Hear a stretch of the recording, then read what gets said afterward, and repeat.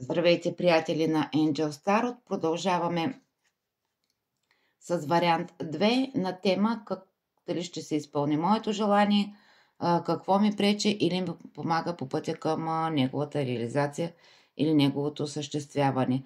Вариантите са 3, като това могат да бъдат 3 различни желания. Или си изберете един вариант. И така, т.е. едно желание. Първата карта за вариант 2, това е четворка жезли. Още първата карта ни казва да на това желание. Желанието ви не само ще се изпълни, но ви носи една умереност, едно спокойствие. То може би е свързано и не само с вас, но и с вашето семейство. Желание е свързано с любовта и изобилието. Нова романтична връзка, или възнаграждение за положени от вас усилия. За дом. До сега, да, сега е моментът. Всичко се нарежда, целите ви ще бъдат постигнати, желанието, удовлетворение, радост, разбирателство, комфорт. Това ще ви донесе изпълнението на вашето желание.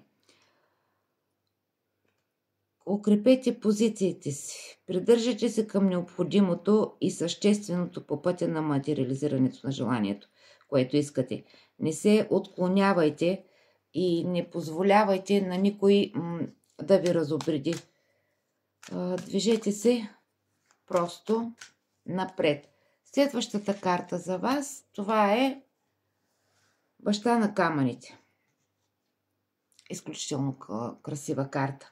Отпуснете се, разхождайте се, усмихвайте се по-често. Вие притежавате способността да решавате материални въпроси. И не само вие, а и всички около вас могат да спечелят. Това е вашето кредо. Обмислете всички детайли.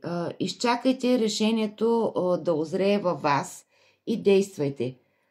Има нещо магическо във вас. Наслаждавайте се не само... Вие се наслаждавате не само на резултата, но и на самия процес, на пътя към изпълнение на това ваше желание. На вас като че ли процеса ви доставя удоволствие. Вярвайте в себе си, но и разчитайте и на другите.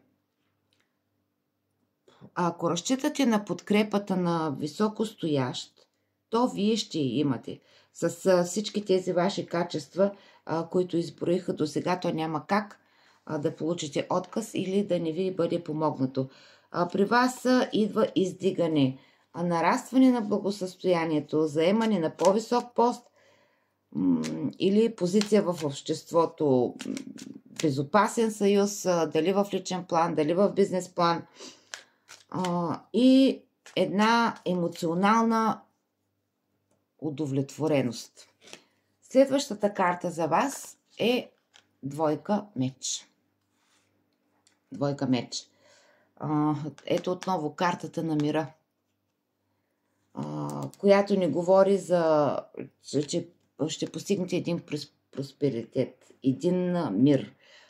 Картата също казва, ето да, резултатът е постигнат.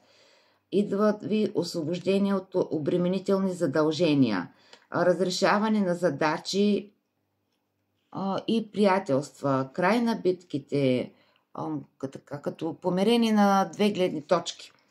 Идва ви едно успокоение и удовлетворение, като период на почивка до следващото предизвикателство, което сте се избрали или сами ще си поставите. Късметът е с вас. Усмихнал ви се. Избягвайте нерешителността, бъдете честни с себе си и с другите и няма за какво да се тревожите и за какво да се притеснявате. Следващата карта за вас, това ще бъде картата съвета или предупреждение. Къде може да се подхлъзнете, какви подводни камъни могат да ви очакват. И да, предупреждение. Осмица меч. Какво ни казва осмицата меч? Не говорете много за всичко това. За вашите желания, за вашите чувства, за пътя, по който вървите. Вие може да се радвате, да искате да споделите, да покажете на другите, че нещата могат. И не само, че могат, ами и как се случват. Но хората не са открити като вас. Ревнуват, завиждат, ядосват се на успехите ви и се опитват да ви спрат. По този въпрос имах едно видео, може да го изслушате и него.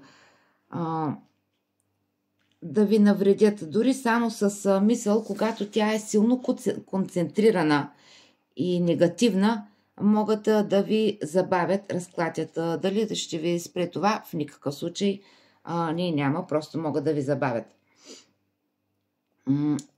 Вие няма да се дадете, не се поддавайте на провокации, не позволявайте на мрачните мисли да се задържат в съзнанието ви. Изхвърляйте съмненията, желанието за чуждото одобрение. Нямате нужда от това. Това си е вашето си желание. Вашите желания са си ваши. Мечтите също са си ваши. И те имат едно изключително свойство, позитивно, да се сбъдват. Всичко зависи от вас. Вие имате всичко необходимо. Щом някакво желание се е породило във вас, и щом вие го търсите, то означава, че и то ви търси. То има място да се реализира във вашия живот. Стига да не вредите на никого. На него му е съдено на желанието да се сбъдне просто. Позволете му да се случи, да се прояви. Изчистете мислите си и намерението си. Усетете вече как всичко, което искате, се е случило. Вие заслужавате и успявате. Тази карта, последната, тя е само предупреждение, насока, къде може да се подхлъзнете. По принцип имате толкова много енергия, толкова много сила. Дори и да се забавите, не спирайте. Желанието ви ще е тук при вас с цялата си красота и усещане за радост. За енергообмен, моля, харесайте, коментирайте или споделете видеото. И така, вариант 2. Бъдете благословени и нека Бог, Вселената, висшите сили бъдат с вас. Успех!